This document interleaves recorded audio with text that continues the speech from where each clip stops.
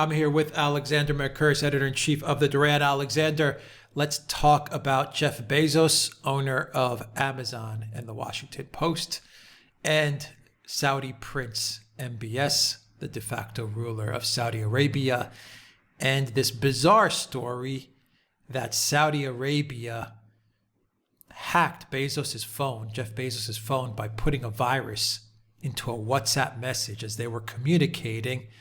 And this is an interesting story, and I mentioned the Washington Post for a reason, because a lot of this story ties into the Khashoggi murder and also ties into Bezos's affair with Lauren Sanchez. Then when he got the divorce and supposedly he was being blackmailed, he did a post on Medium. Anyway, this whole story is wacko. It's crazy, but it does tie into Khashoggi. It ties into his divorce. And apparently, Saudi Arabia, at least from what I read, looks like they hacked the phone of the Amazon founder and CEO. Yeah, I mean, this is such a crazy story that I have to say for a long time, it was just, I was reading all these things and saying to myself, is any of this really possible? Anyway, let's just recapitulate on what we've been told. Apparently, it all begins in March 2018 when MbS and his entourage are traveling around the world talking about MbS's great reform program. And he meets up with Jeff Bezos, at some social event. And they then meet again and exchange phone numbers, mobile phone numbers, as people do. And then a short time afterwards, a video came down came from MbS's account. People are very careful to say MbS's account, but presumably if it's a WhatsApp message, it's MbS himself on his mobile phone who's managing his own account. Anyway, a video of some sort came to Bezos's phone, and it's not even clear whether Bezos opened the video, but supposedly this video contained malware, and the result is that thereafter Bezos's phone got hacked.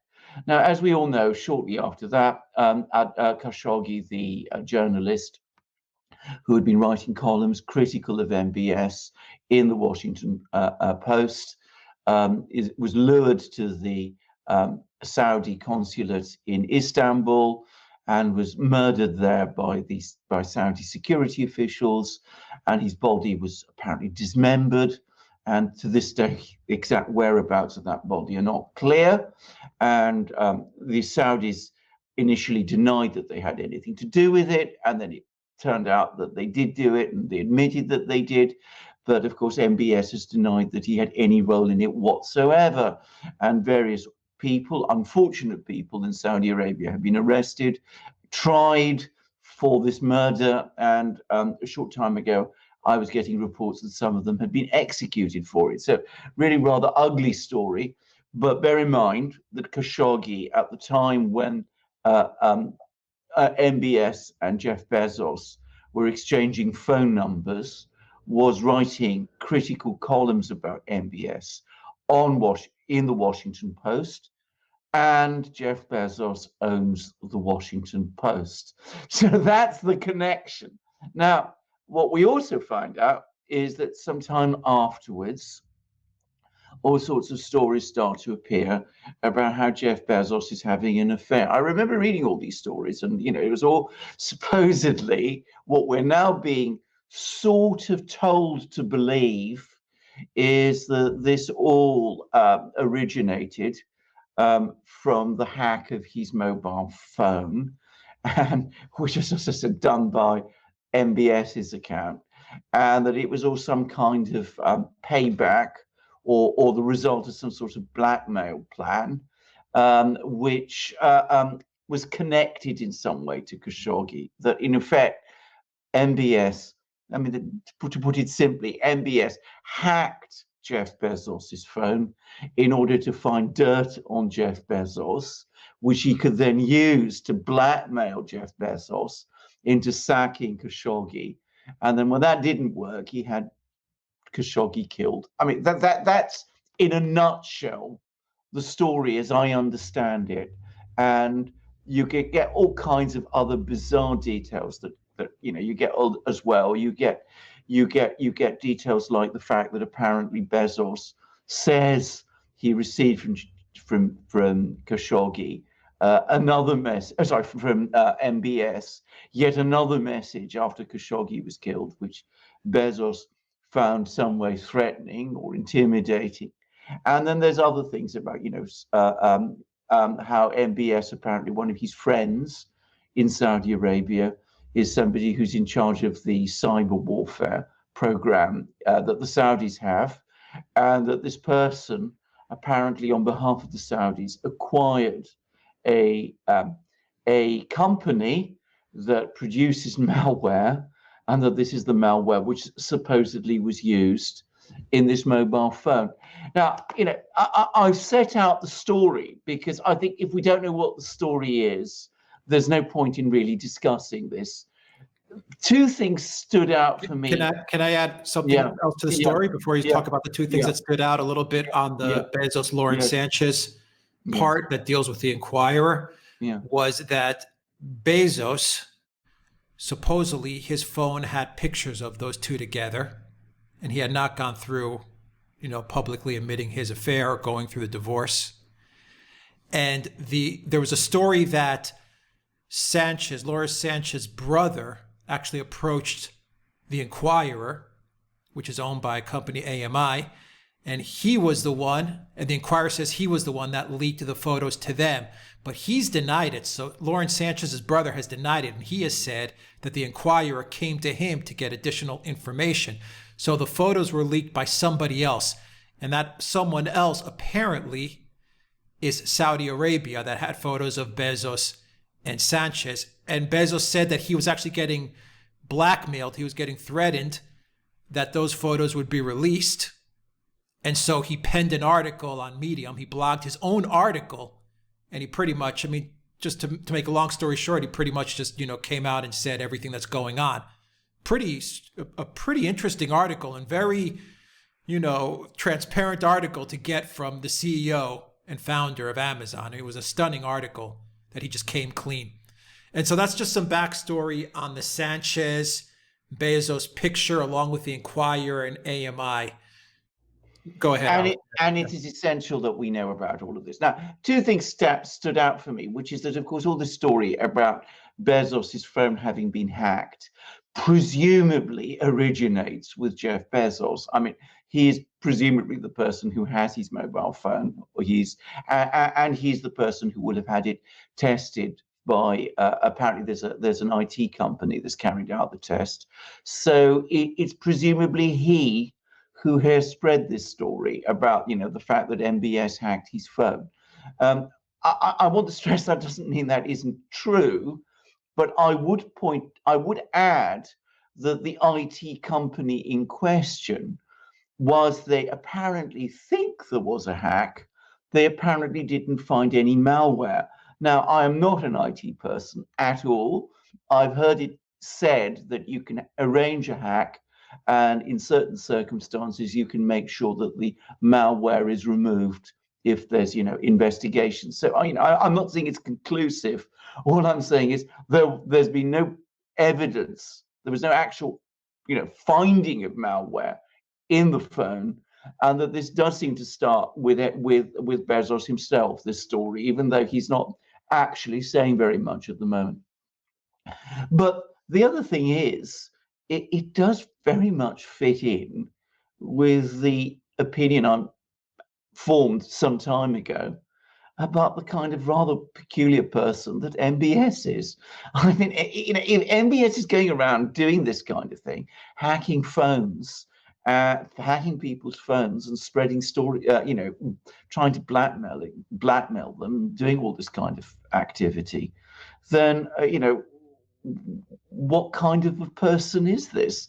Well, not somebody you want to give your mobile phone number to, obviously. That seems to me, an obvious thing. But there are still a lot of unanswered questions. Something seems to have happened. Something The seems to be going on. Mhm. Yeah, there was also a cloud computing contract that Amazon was vying for with Yeah, the Saudi government of yeah, a value anywhere upward of 1 billion yeah, USD. And that was the same time that this whole Khashoggi thing broke. yeah.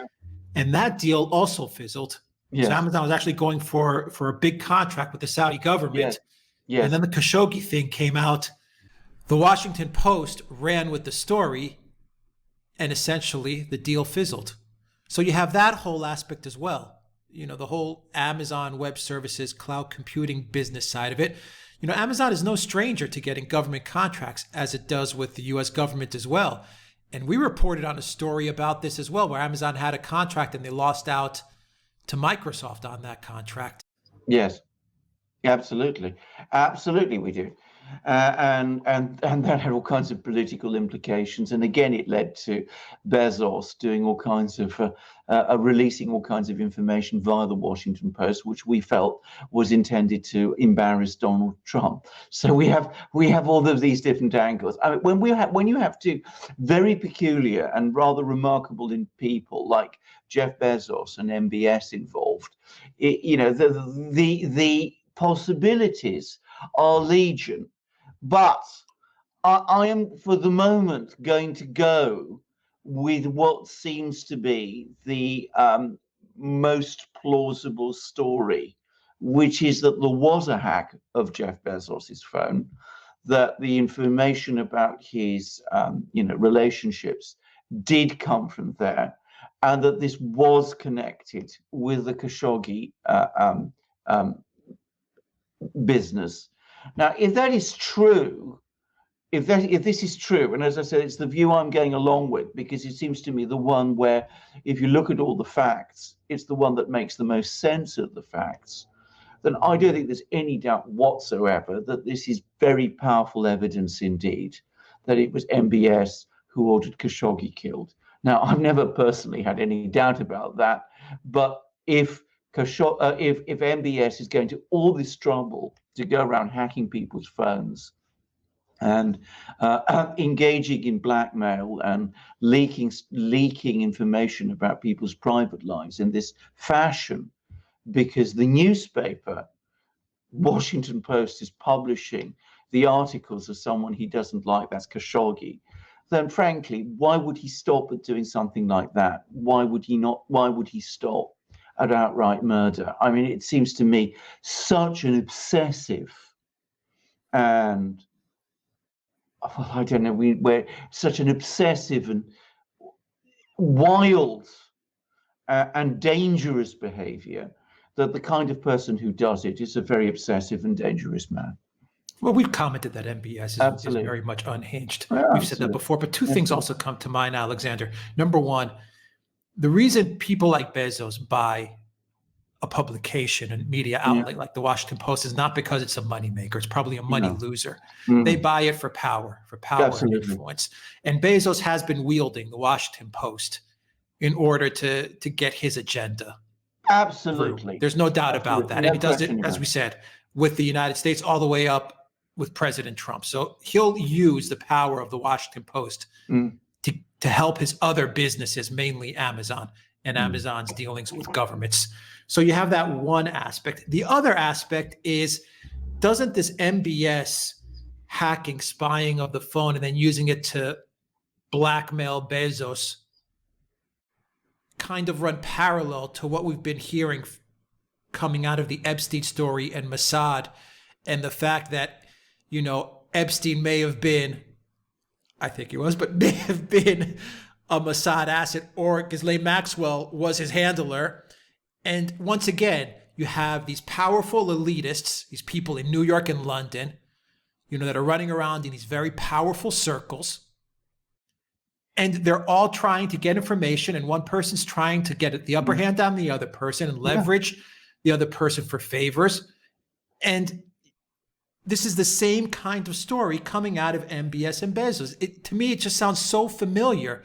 And here you have Khashoggi mixed up in it all, and look at the fate that came to him.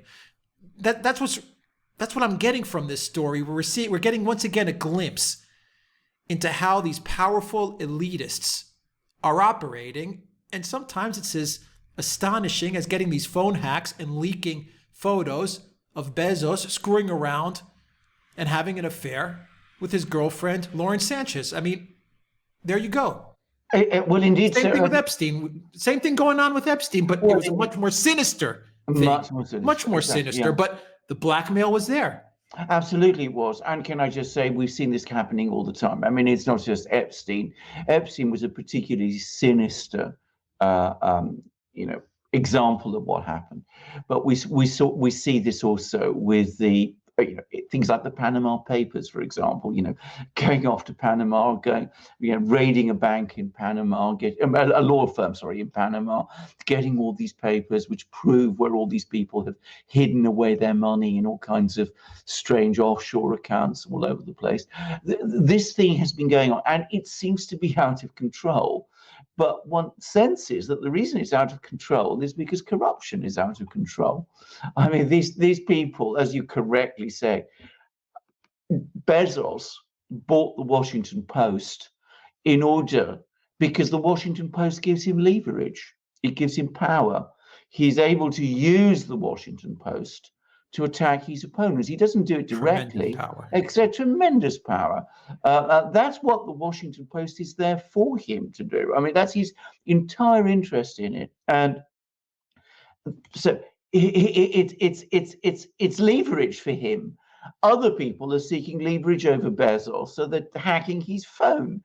Other people are seeking leverage over, billionaires by raiding law firms in Panama. It goes on all the time.